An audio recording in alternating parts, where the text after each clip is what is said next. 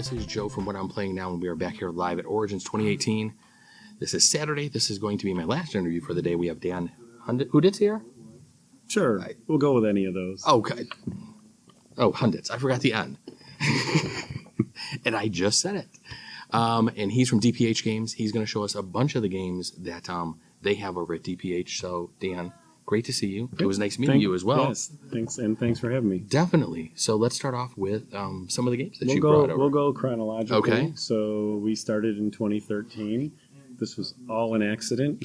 We went out to have a birthday party for a friend of mine who likes geocaching, and I said, well, I'll just buy a board game about it, because there's a board game about freaking everything, yes, right? Just about. And there wasn't. There was a card game, but I think it was out of print and couldn't find it. So made one out of cardstock. The people there were board gamers, not geocachers. They were like, you should do something with this. So that's how the company got started. Okay.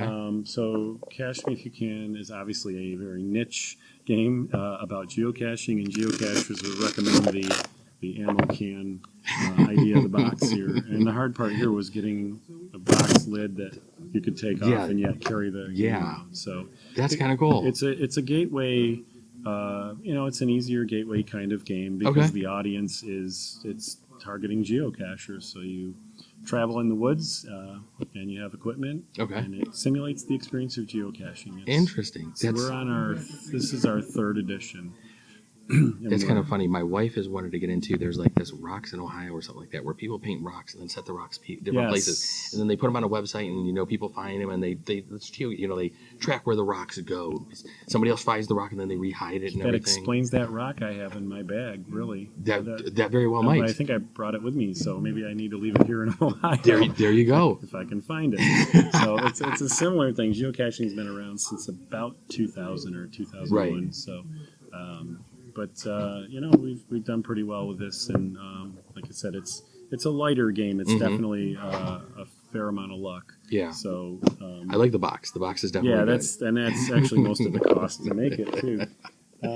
So then the next thing was what else do I know? I know geocaching, and we started down this highway to wherever I'm headed, and so I'm a former counselor. So I started making notes and ideas about a game that incorporates psychological theories and interesting, that kind of thing. And so as I started looking around, I can't remember where the name came from, but I do remember every 2 weeks going online saying, how can there not be a game already called Psychological Warfare? Right. Even with PsyOps or something. And there were some that were, subtitled it, but not one called that. So, essentially what this is it's all based in actual psychological theory, but it's humorous and sarcastic. So you're trying to meet your 4 basic needs of fun, freedom, belonging, and power, but you can get phobias, you can become neurotic,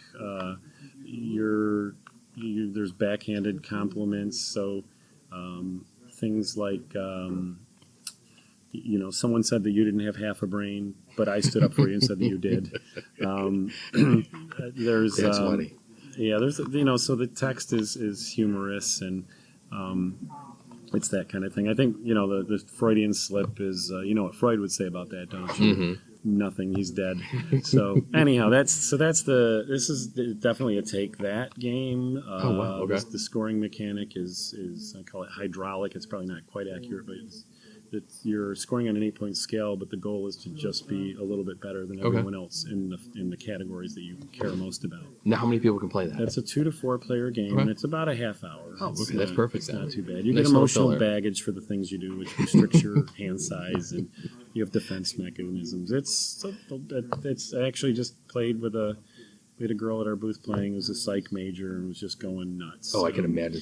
I have a cousin that's really the target audience who would probably really enjoy this. Yeah, and you get a regular gamer that is just playing the numbers. Right. It's all right. Yeah. But it's you got to really be more. I think I just went through puberty here or there. Did you hear that? We've been talking pretty loud for the last few days. Yes. My voice is definitely feeling it as well. There's a crazy story, but we won't get into the whole crazy story. So it's the title of this game is Cats, a Sad but Necessary Cycle of Violent Predatory Behavior. It's the shortest title I could think of, and there's some conventions I just can't fit it into their database. But it's you play cats in the backyard trying to catch, steal, and eat badly punned birds.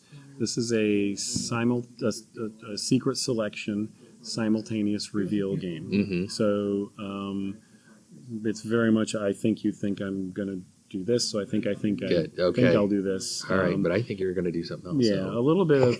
I used to call it like it has a rock paper scissors mechanic, but these guys are like that just does not explain the paranoia. A crazy targeted rock paper scissors with lots of paranoia because you don't know if your number comes up and everyone's targeting you. And it's about cats, so everybody loves cats. Yeah, and the internet's full it's of about cats, and if you hate birds, this is the game for you too because you're going to be eating them. And if you play with them before you eat them, you double their enjoyment value. So that's awesome. But you risk them getting stolen. That is awesome. So the game that came out last year is Affliction Salem 1692. Mm-hmm. This game is a sentence you've never heard before. I'm gambling on that, which is it's a worker placement, engine building, engine disruption game that's highly interactive. That's a sentence and a half. Yes. But I like pretty much every terminology you used in that sentence. So what happens is the worker placement is, and there's other games that do this, but most worker placements when you select the action, you take the action. Mm-hmm. And this one you do not. This one we take turns selecting actions on this main board. And the effect of that is I select arrest. I'm giving you some information about what my intentions are. And since accusations have to be placed on colonists for them to be arrested, then you know that there's a certain faction or certain family I don't like, so that's public information. Okay.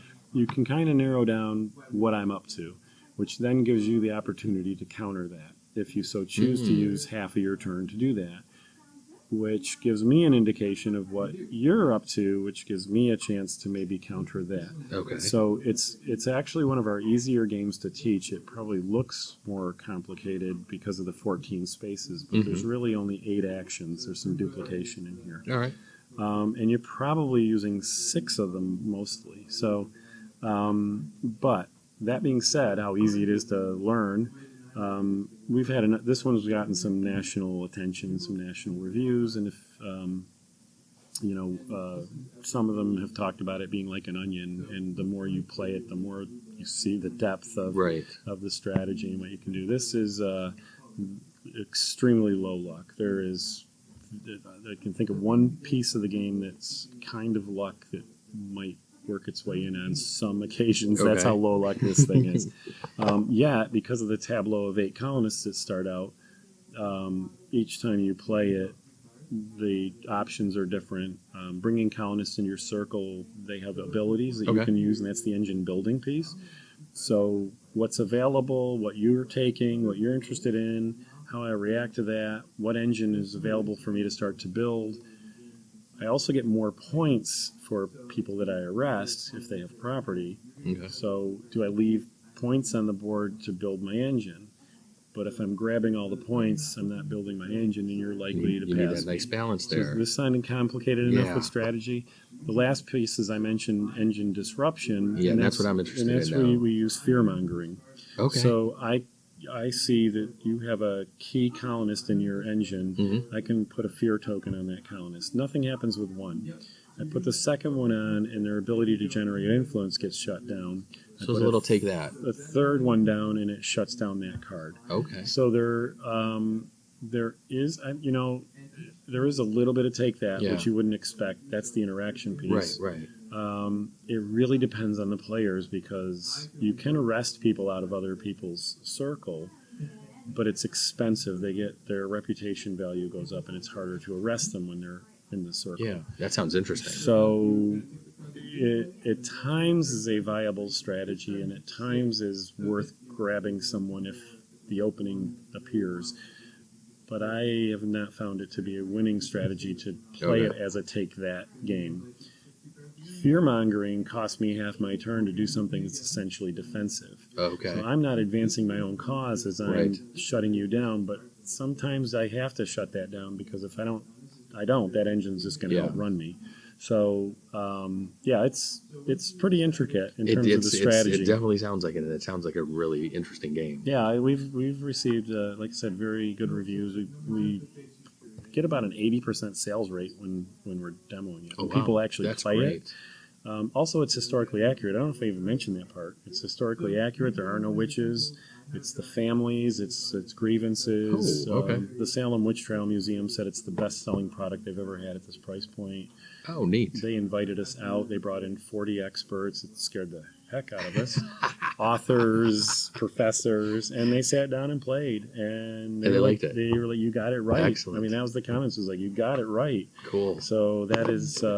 there's there's a number of sailing games. I don't know if any of others have no witches in them. So yeah, that's most of them, I think, too. yeah, we tried to treat the families with respect in this one, as much as we could. So then the game that maybe we can catch some video of that I don't have here because it's being played right now is The Gate of R'lyeh. That one and as soon as I say deduction game, everyone's going to think Werewolf and Resistance in those games. It is Cthulhu themed, and there are cultists mixed among the group. However, the difference in this game, there's a few differences. Let me start with what we hear most of the time. People get done playing this game, and we hear a couple of things. One is this is like the best part of Battlestar Galactica without all that other stuff. Oh, wow, okay. That's pretty good praise, then. The other is, well, now I'm going to tell a story. Sorry, Patrick, this friend of mine that we were at Grand Con and we're setting up our table, and next to us is another couple of guys setting up their table, and they ask, "What's this game?" Right. And by the way, I say The Gate of R'lyeh, but who knows how it's said? It's Cthulhu.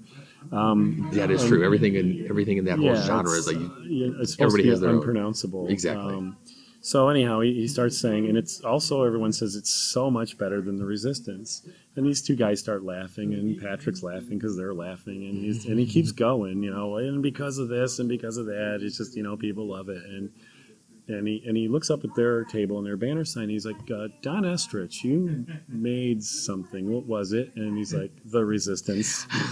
So the one guy on the planet. He was great. He was great about it. It was a riot. And did you get him to play it? So then I find out yesterday. Okay. This is now months later. There was another guy, a kid who was at the event, and he came up to tell us how great he thought Affliction was, and he went on and did a video for us. Oh, nice! And I just recorded his feedback, and he said something to the effect of, "I played Clank with the designer. I at a winter I met that guy, and then there was a couple other things he did, and he says, but I got to tell you, the highlight was playing this game." And I'm like, wow. Yeah. So we saw him here, and I made some comment about Patrick saying about the Resistance to Don. And apparently this kid did the same exact thing to Don about R'lyeh. And I'm like, oh, no wonder Don Estrich came over and said, so what is this game? He came over, we sat down and went through it. He didn't get a chance to play it because he's pitching his own game. So it was before we kind of opened up. He sat down and we went through it. That's funny. That's a good story. Yeah, so that is a great story. That tells you nothing about the game, but anyhow. So what happens, and again, you'll see it out there, hopefully. But there's a clock, and the clock is actually the enemy. Okay. More so than the cultists. And the other thing, there's no close your eyes and all that stuff. The cultists are from different cults. They don't know each other. All right. Which adds to the paranoia. You have 5 actions you can take during your turn. So as we go around and each choose those actions to take, every time it comes back to the person with the pocket watch, the clock advances 1 hour.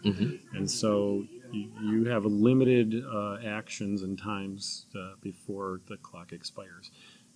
We've done a number of things to try to break people of the werewolf habit because it's for their own, it's to their own detriment if they follow that pattern. Yeah, I gotcha. So that seems to have worked, and then when they come back and play it a second time, then they don't follow that pattern. They realize that's not. It's too expensive to accuse someone, especially if you're wrong.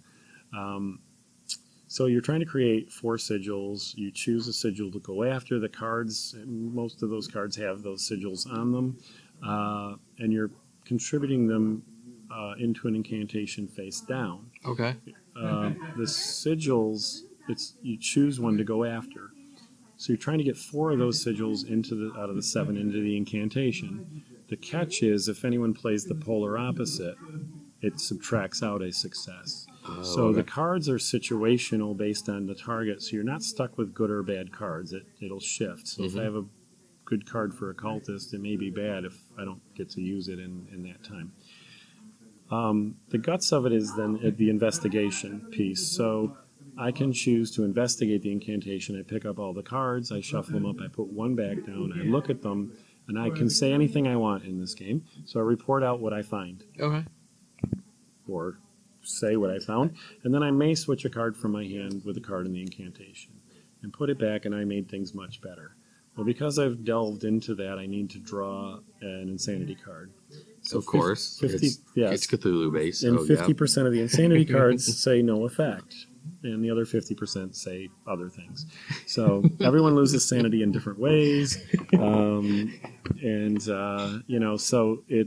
it really is not about, there's times when you need to find a cultist. So at the end game, if the investigators are way behind, they have an option of consulting the Necronomicon, which creates a high reward, but very high risk end to the game. But at least you have a shot at winning. So that's been kind of fun too. Interesting. Now, how many? I think that's a 3-player game. It's plays 4 to. It's 4 to 8. Okay. I knew it was more than a 2-player game because I remember when I was reading it on BGG.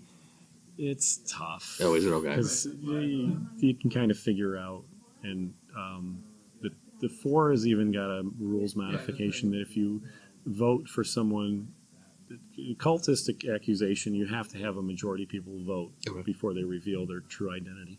And even if that happens, actually, you're not eliminated from the game. You become pesky. And you can do things, sort of make people discard cards and throw cards in the incantation face up and stuff like that. But in the 4-player variant, if we vote and we think you're a cultist and we're wrong, the game's over. You lose. Oh. So you really, really want to be sure. Oh, yeah, you definitely. Okay, yeah, so there's no messing around. Yeah, in the 5 and 8-player game, the penalty is a 2-hour loss. Okay. So, again, you want to be sure. And you're not sure. So, whenever it was last night or 2 nights ago, there's this young woman sitting next to me. And she got an insanity where she had to give me a card. Okay. And it was my turn next. So she hands me a card that says it's this sigil. Publicly, I'm giving him the sigil, which happens to be the target that we're going after. And it's going to be the last card, so it's played face up, so everyone can see it. And she hands it to me, and I lift it up, and I just smile because it's not that card. And no one believes me. No one. And she was so stone cold killer face. I'm looking over at her going, but what she didn't know is I was the other cultist. Oh, okay. And so she threw me under the bus pretty good. But I protected her in ways. I didn't bring that up too much after I was found out. At the end of the game, this one guy looks over at her and says, I was ready to give you my social security number. I trusted you so much. So, we've really gotten very powerful feedback about that game. So I went on about it a little more than I planned on, but that's all right. The energy that happens afterwards is kind of like that. That's the one that kind of drew me to you guys. And that's why I was like, all right, let's see what this game's about. Yeah. Let's see what the rest of the library is about, too. Yeah, so we'll have to get over. The problem we've had is we haven't been able to record the people playing it at conventions because it's so loud you don't hear the conversation. Yeah. And the conversation is amazing and hysterical, but it's not blindly pointing at people. It's deducing because of what's happened, and it leads to suspicion and missuspicion. But that one card that stays in there face down, that's the plausible deniability card, and it comes in really. I know that this polar opposite card was not me; it was the random one that got put in. So that sounds really, really interesting. Like I said, I've had people a year that were playing it a year ago when we were developing it come back and find me at conventions because we want to play this game again. So, yeah, we feel very good about that one. All right, what do we have next? It also comes with, and we're going to come out with a game called Agent 299. Okay. Now, the packaging of this is actually going to be in a small shrink wrap thing. We're thinking it's going to be in the $3 to $5 range game. It's 9 cards. The cover card is the rules and the first player card. All right. But because 9 cards is too many for a 2 and 3 player game, you actually throw out 2 when you play a 2 or 3 player game. Okay. Without getting into the whole thing, the premise of it is in a 3 player game, for example, or we could just do a 4 like this. Everybody has 2 cards in front of them. There's 1 card in the middle. You are not allowed to look at your own cards. So if I'm first player, I can interrogate, which involves I peek at someone's card, Okay. and then I must switch. I don't have to switch with that card. Maybe I didn't like that one. I can switch with this one. All right. You would do the same thing. Now, if you looked at the middle card, you can switch that with any card. Okay. So you could actually give that to someone else. We go around. When it comes back to me, I must disclose, which means I flip over one of my cards, and this passes to you. Okay. This is a negative. You only get points for the cards that are face up at the end of the game. This is a negative point card, but it has a benefit in that I can use an ability at the bottom. Got So it. the game starts out with information gathering, then it switches to shell game a little bit. I've had ones where 5 transactions have happened, and I'm like, okay, good, I'm holding onto this card. And then someone flips it over, and it's over here. The end game is when someone cannot make a legal move. Either they can't do an interrogation, so in that case, it would be all these cards are face up. Right. Mine, or more often, they can't do a disclosure because it comes back to me, and both cards are face up. Okay. So how does somebody win? It's just point totals. Just the point totals, okay. If this were the case, well, a game would never end with this few cards down, but not Right. all the cards would be. So let's just do this. So if this were the case, it would be, oh man, you cheated. So this is the double agents also. I would have kept my cards. Yeah, except I had good cards. Except we have one guy who plays it, and he says that my goal, I give away all the good cards. Oh, you really? play it backwards because the whole game's backwards. Yeah. Okay. Yeah, that's Because true. you I kinda end see up that. with Yeah. the good cards at the end. But anyhow, you have the times 2, which is funny because if you give it to somebody as a negative card, that makes things bad. Oh, yeah, definitely bad. So you have 4 points, and there's 1, and I'm at -2 and -1, so you would win. Now, we have what we think is the craziest tie-break rule. I think it's here somewhere. So let's say we ended up tied, however I get to that. Okay. Let's just say we ended up tied. Gotcha. You and I are tied.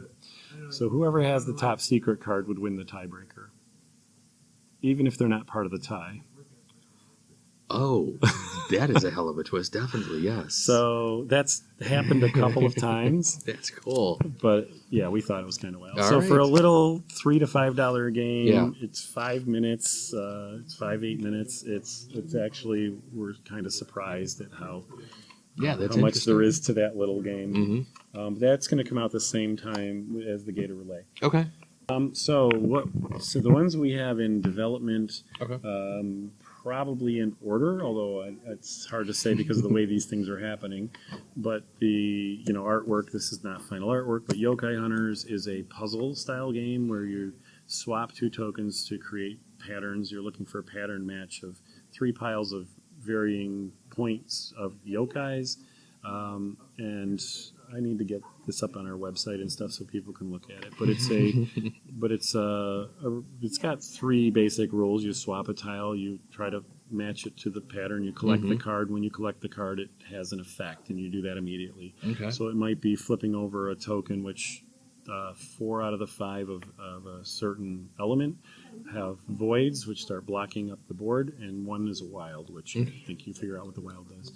So it's probably a half-hour game. It's pretty easy to learn, but we'll have people just sit and play this all afternoon. I mean, if you like a puzzly style game, and I didn't want to take the board out and do all that, but so we have that one. Probably next, but the reason I don't know is Intense is a camping game, and we were hired to do this by Wilcor. Now, Wilcor distributes to campgrounds throughout the U.S. Oh. So that's the timing of why I don't know, because they're going to manufacture it. We'll be partners with them in it. Okay. So essentially, you're planning your morning, afternoon, and evening activities. So we all do that, and then an event occurs, which maybe things go according to plan, or maybe it rained and so the swimming doesn't work for us. or maybe a bear comes out. I was going to say, can a bear come and eat your Well, food and everything? what the bear does is there will be some cards that have picnic baskets on them. And so if you have the most picnic baskets, the bear goes to you and you lose 3 points. And you just keep the bear for that. Or the skunk or mosquitoes. So I like that. That's the idea. Well, so we work closely with, I got to throw his name out here just because he's helped with virtually every game we've ever made, is Simon Reed. And Simon is out of Rochester, New York, and he has a game called I Spy that came out in 2015, and it's clever, and there's a really clever scoring mechanic. I'm going to get into his whole game, but it's, because it's World War I spies, and we don't know each other. Okay. But when you score, like Russia might get 3 cubes, and Austria-Hungary gets 2, and Italy gets 1. And so through these different activities, cubes get put into the countries.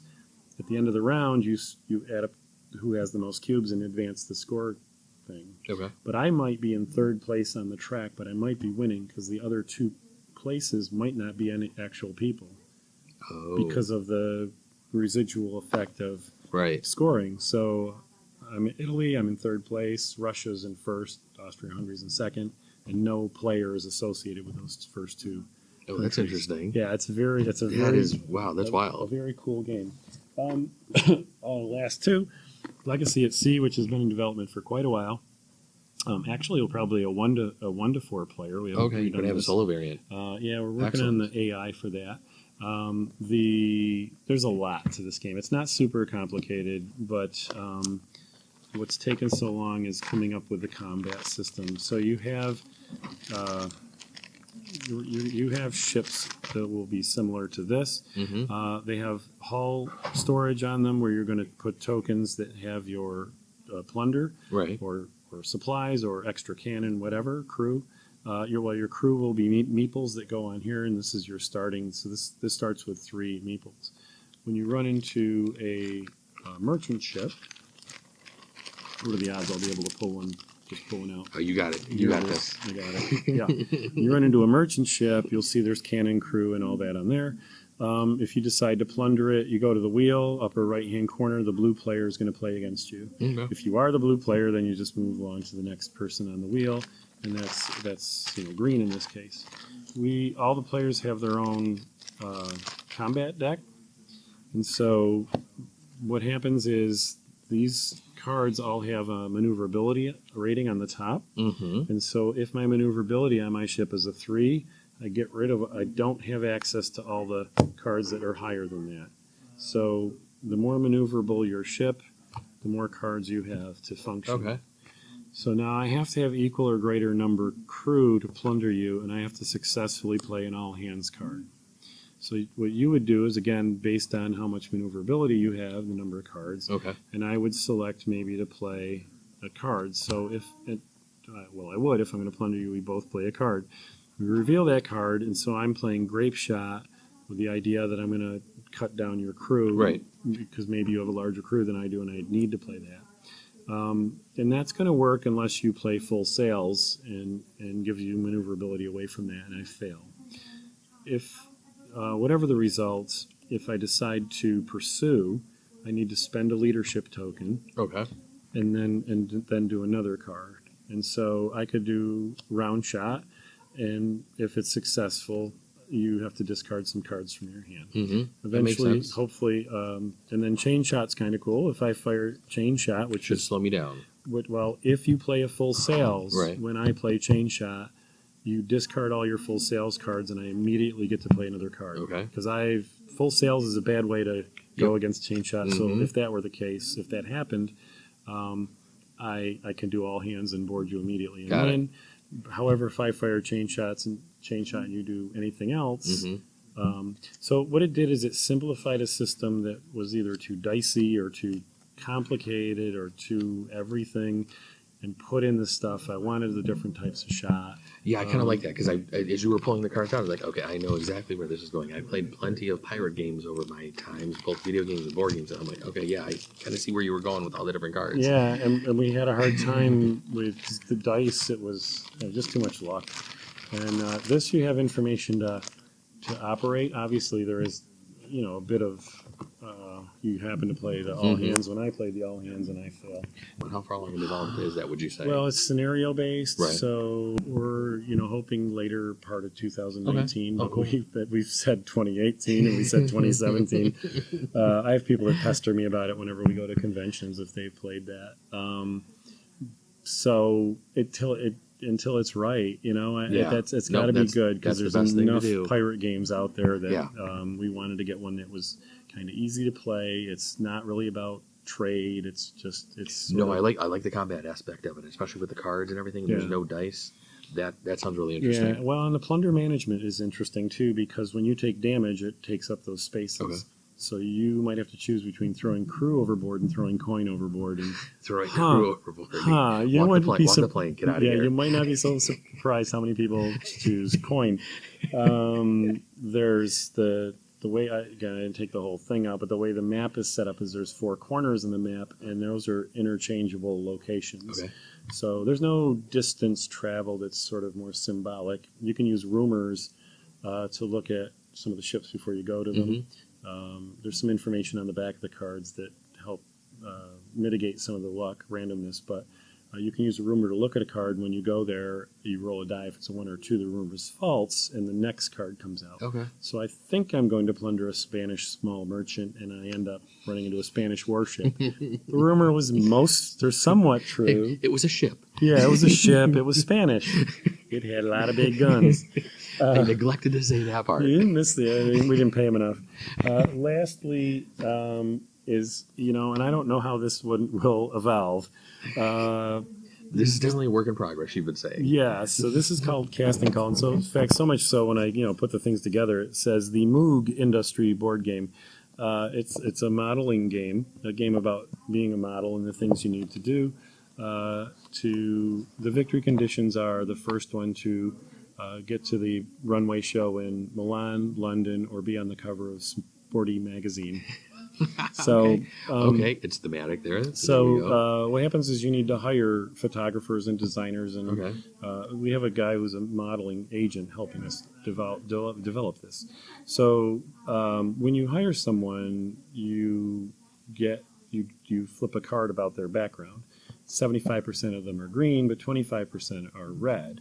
And red is a questionable background. The advantage of having them, however, is you don't have to pay them as much. Oh. And so that's kind of beneficial, but as you work your way from LA to Miami to New York, the jobs increasingly are demanding reputable people, and that Right. might get in your way. Yeah. So it actually feels a little bit like a dungeon crawl, but it's about the modeling industry, and who knows if it'll get rethemed or where it goes, because I don't know. That sounds crazy. But that's interesting. out there. Okay. And so we have other things, and actually, it was another idea about this was presented today by a distributor. So we may take that. See up. which one you're going to follow. So that one's probably further down the road, Yeah. but that's it. I'm interested to see. At least I've seen this. So now next time when I see you at a show, I'll be like, so how's Casting Call? What has this evolved into? Is it still Casting Call? Or Yeah. has it been renamed, rethemed, or It what? won't be a dungeon crawl. I know that. It was a bit of a reluctance. We did a Cthulhu and a secret agent game because those have never been done before. Once or twice. Yeah, a couple times. But that's all right.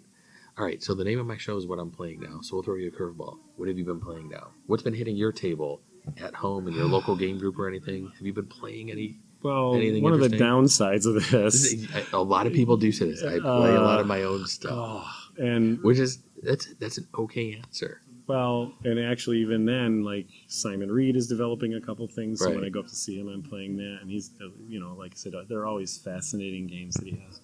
I'm trying to think of the last. So where was I? What did we play? I'm not tired or anything. Somebody asked when I asked this question. Somebody asked it back to me, and I stood there and I froze. And I was like, I've never been asked that before. That's actually pretty damn hard to answer. What did we play? We played. I know, I got it. The Murder and Deception in Hong Kong. I love that one. Deception in Hong Kong. Yes. It's Deception, yeah. And Yes. so Deception, Murder in Hong Kong. Yep. and we had fun. It was good. I got If to. you get a nice, good group of people playing that one, Yeah. holy! There was one that we played. One of my friends almost just gave away the answer. And it was so obvious that nobody wanted to guess it. And finally, I just said, it's got to be this. And it was. And everybody was like, with what he had said and everything, you know, it was just like, nobody wanted to believe it. Because it was like, you literally gave away the answer. Right. It was, but that game is a lot of fun. Yeah, there was a girl playing, she played the first time, and early on she said, well, I think it's this and this. Right. But then never mentioned it again, and she actually didn't guess that, and it was the right answer. Right, yeah. So she didn't play the second time with us, and we played, and she walks up near the end of the game, and I don't remember if somebody looked at her and said, what do you think? And she goes, I think it's that and that. And she was right. Oh my God. She walked away. Don't play against her. None of us guessed the thing she said. Like, well, she doesn't know what she's talking about. She just stuck her face in here and was like, it's that and that. Like, and she was right. Yeah, that game has some very interesting variability with it, with all the different locations and everything, and just all the things you add to the game as you're playing with it. It's really interesting. Yeah, and actually the one I played after that was, well, you asked what's hitting the table most. I don't know. Most is not or one just I can recently. do. Yeah. You don't have to do. I was just thinking recently. I didn't see the cover, but is it Sherlock and Watson? Or I think it was originally made in France. It's a very story based. Yes. Comes with a phone book of London. Okay. Like you think, oh, this is a shipping issue here. Well, that almost sounds like Consulting Detective. But I know. I think there is a game called Sherlock and Watson. But I have not played it. Apparently made in France and Okay. translated to English. Okay. So that was really well written. I mean, Interesting. Okay, I'll have to check that one out. It's almost a storytelling game, Yeah. but not exactly. Mm-hmm. And you're trying to solve the crime in less steps than it's taking Sherlock, which is impossible. Yeah. So you're trying to be close to, I think. Or Yeah, something. I've played video games with him and some of the board games. I had a Consulting Detective when I was younger. I never got any of that stuff right. The path I went down and where he went, I was like, okay, my brain just is nowhere near whatever he's thinking. So, All right, well, let's go see if we can All catch right. the end of the GateofR'lyeh. let's go get some photographs of that one. Dan, it was very nice meeting you. Thanks for being here. Thanks for having me. We'll be back later with more things at Origins 2018. Thanks for watching us, everybody. Bye-bye.